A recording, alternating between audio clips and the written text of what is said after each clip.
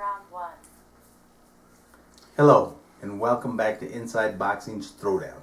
I'm Aurelio Martinez, my co-host Steven Johnson, and in this episode we're going to talk about this weekend's fight, the big fight. Everyone's kind of been waiting for it. They've been talking about it a long time, and you got Saul Canelo Alvarez, and he's going against Amir King Khan. Well, let me back up a little bit. Let's talk about the controversy about this fight, because it is controversy, and that's that Canelo went out of his way to handpick someone that he could fight at 155. We don't call that the middleweight anymore. We call that Canelo weight. Canelo weight, okay? Yeah. And he thinks he's got his man. And that's because Khan has admitted publicly now that he was tired of chasing Manny Pacquiao, tired of chasing Floyd Mayweather. So here's his chance to get the big payday and to make the most of it. And he says he's going to make the most of it. Well, you know, I think he's going to come to fight. I think he's going to come, and I think he's going to give it his all. And everybody knows Khan he has fast hands. He has what it takes, but everyone also knows he has the glass jaw. And everyone knows my position with Canelo Alvarez. I get so frustrated with him because he just doesn't give the pride to the Mexican people that the Mexican people deserve from a champion. He's got that yellow streak, and I've said it before, and until he proves it. But unfortunately, I got to go with him on this fight simply because his power is going to be way too much for Khan. And I don't think Khan's elusive enough. He wasn't at a lighter weight. I don't see him improving on being elusive in a heavier weight. So I think eventually he's going to get caught and get knocked out. Knocked out? Yeah, knocked out because Canelo's too strong. But still, that's not going to do anything to impress me and change my views about Canelo. Canelo needs to step up. He needs to either drop 1 pound and get out of the Canelo weight, drop 1 pound and go back down to 54 and get in that division and keep the 160 division alone and stop the controversy. Because if you're going to fight in the 160 division, then don't tell your opponent that he has to fight at 155. If he's within the division and is 160 or under, then you got to fight him. I mean, that's all there is to it. And you know what I'm talking about. I'm talking about Triple G. That's right.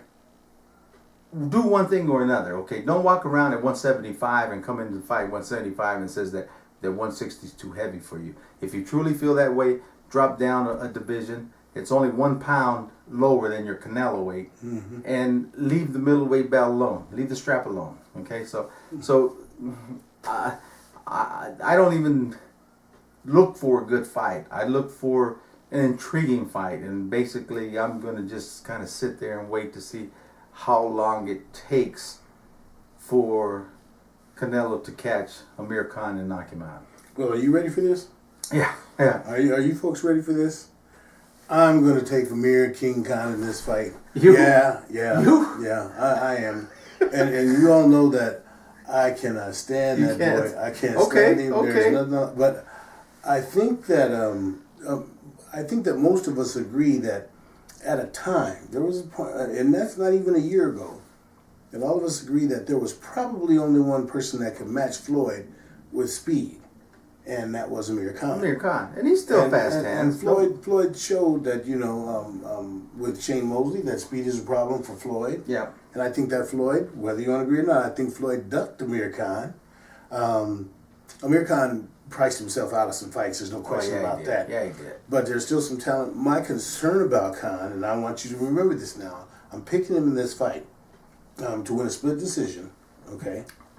But I think that, his hand speed is we saw with Austin Trout. Pivotal, yeah. Canelo had problems with that, okay? We also know that if Canelo hits him solid, then he'll go. So that's why he said it's going to be an intriguing fight. But I'm looking at Amir Khan, and mainly because of Virgil Hunter. Okay, and Virgil Hunter's been bumping his gums, saying that he's got the blueprint. He knows the blueprint how to beat Canelo. So as far as I'm concerned, not only is Amir Khan's, this is a turning point in his career, but it's also, something to be said about Virgil Hunter. Okay, Virgil Hunter, this is a time where he's got to show that he's got more than Andre Ward. that Yep. he can do something with. Okay, Yep. so here it is. It remains to be seen. Once again, let me back up. Amir Khan hasn't fought in over a year. Okay, let's see if he's been able to maintain his speed, his accuracy, his stamina, because he's going to Yep. need all of that going against Canelo. Yeah, he sure is. And see if he can handle all that and he can outbox him. The only way he can win is to outbox Canelo. I know that a year ago he had the skills to outbox Canelo. I don't know if he had to do it at 155. You know, we know at 147 he did. Mm-hmm. But, you know, Canelo stayed away from 147. He moved it up. Canelo is an enigma in exactly what he's trying to do. And I shouldn't even say him. It's Oscar De La Hoya. What is he trying to do? I don't know. You know, Yeah. we can't figure that out. But I'm going to take Amir Khan, but in a split decision, okay?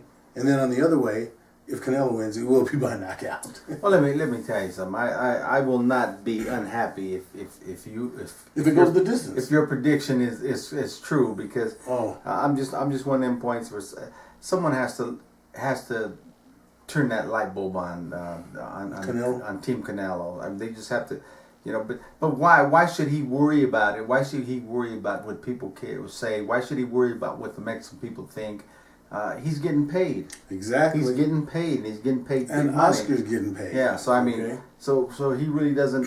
He really doesn't have to worry about any of that. You know, So do you see any scenario coming where Canelo's going to fight Triple G? No. I don't either. No. I really don't. I don't see that. I don't think. I think people just got to forget about that fight. I think what you're going to see is Canelo relinquish the title, and you're going to see Triple And then G drop down to 154. He'll keep fighting the Canelo weight, but I think he'll lose that. I don't know why that 1 pound is a big deal. Deal to him. I mean, that's Oscar. I'm telling you, it can only be Oscar. You know, drop 1 pound and you're in a different division. You're in a division below that. I mean, why insist on being that 1 pound over to get into the middleweight division? But once again, you know, we're cracking on Canelo and cracking on Oscar De La Hoya, but this is Mauricio Suleiman.